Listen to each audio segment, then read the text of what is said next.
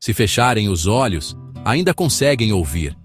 Uma sensação que ecoa de um tempo em que os dias se estendiam e o mundo parecia mais acolhedor. Lembro-me do Brasil antes da internet, antes da perfeição digital, quando a vida era tangível, ruas de terra batida, mangas colhidas diretamente da mangueira, notícias da rádio AM. A minha mãe, com as mãos enfarinhadas, cantarolava ao som da rádio, enchendo a nossa casa de música e de histórias. O ar cheirava a jasmim, a feijão a cozer e ao cheiro da chuva. Os nossos sentidos diziam-nos tudo. Não precisávamos de aplicações de meteorologia. Líamos o mundo com os nossos corpos. Esse mundo já não existe. É uma fotografia sépia que visito em sonhos. Às vezes pergunto-me se a memória não nos prega partidas, mas depois vejo uma fotografia antiga. Uma criança com os joelhos esfolados e um sorriso banguela. E sei que foi real. Nós estávamos lá. E uma parte de nós, a parte mais essencial, nunca abandonou verdadeiramente aquele lugar, aquele tempo, aquela sensação de estar em casa. O eco persiste, uma doce melancolia nos momentos de silêncio. É o som de pertencer. O quintal era o nosso reino, selvagem, imperfeito, vivo. Uma mangueira fazia guarda, lençóis brancos ondulavam como velas, e o estalar da roupa a secar era o nosso ritmo diário. As manhãs eram para jogos tranquilos à luz suave. Às tardes, aventuras selvagens com espadas de vassoura e fortes de pneus. Em dias de calor, uma bacia de metal tornava-se o nosso oceano. Gargalhadas ecoando enquanto espalhávamos a água para afastar o calor. O fogão a lenha no barracão era o coração da casa, o seu cheiro a fumo agarrado a tudo.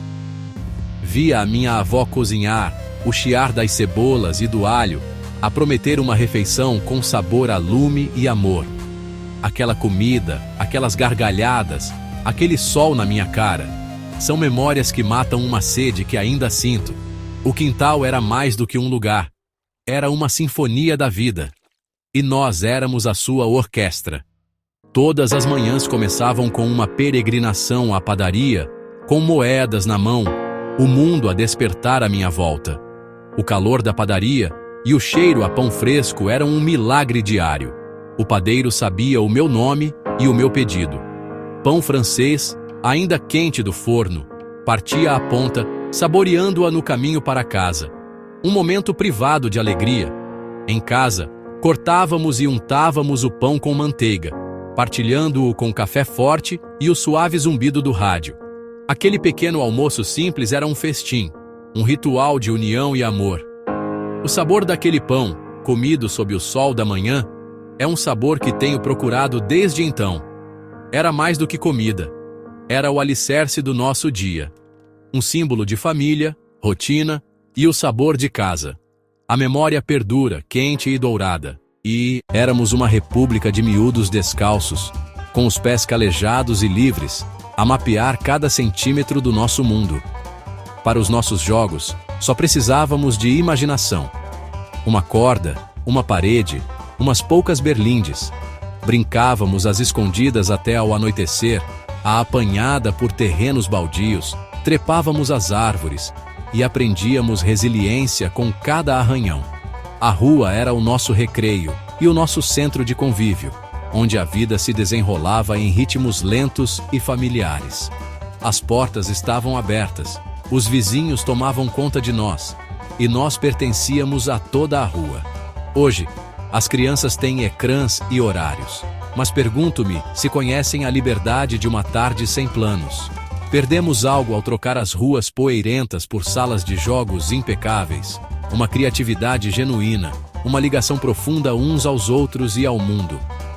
A nossa infância era selvagem, comunitária e verdadeira, e isso moldou-nos.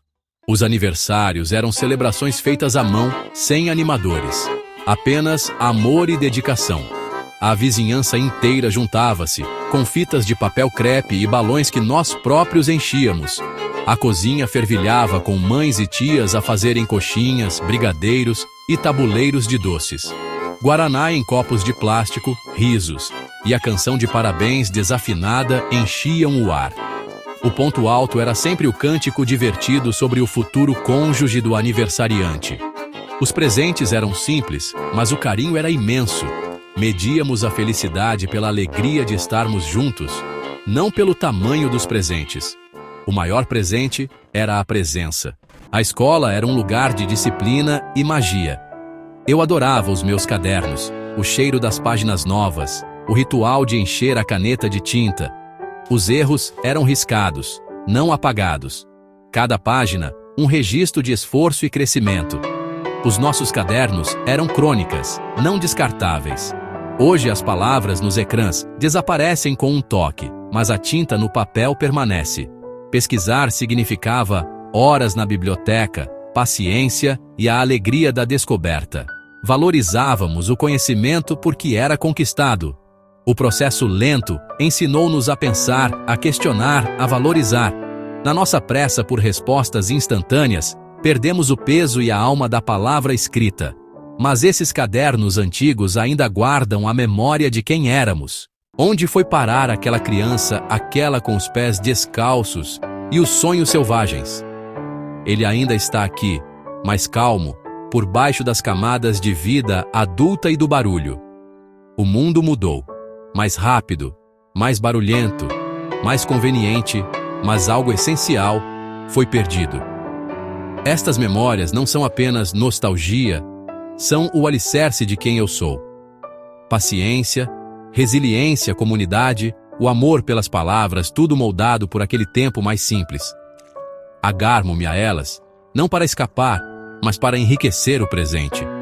As necessidades essenciais permanecem: conexão, amor e um pão quentinho para partilhar. Essa criança vive na narrativa desta história, na gratidão por aquilo que foi. Ele não se foi, ele é o eco no meu coração. E por isso, sou eternamente grato.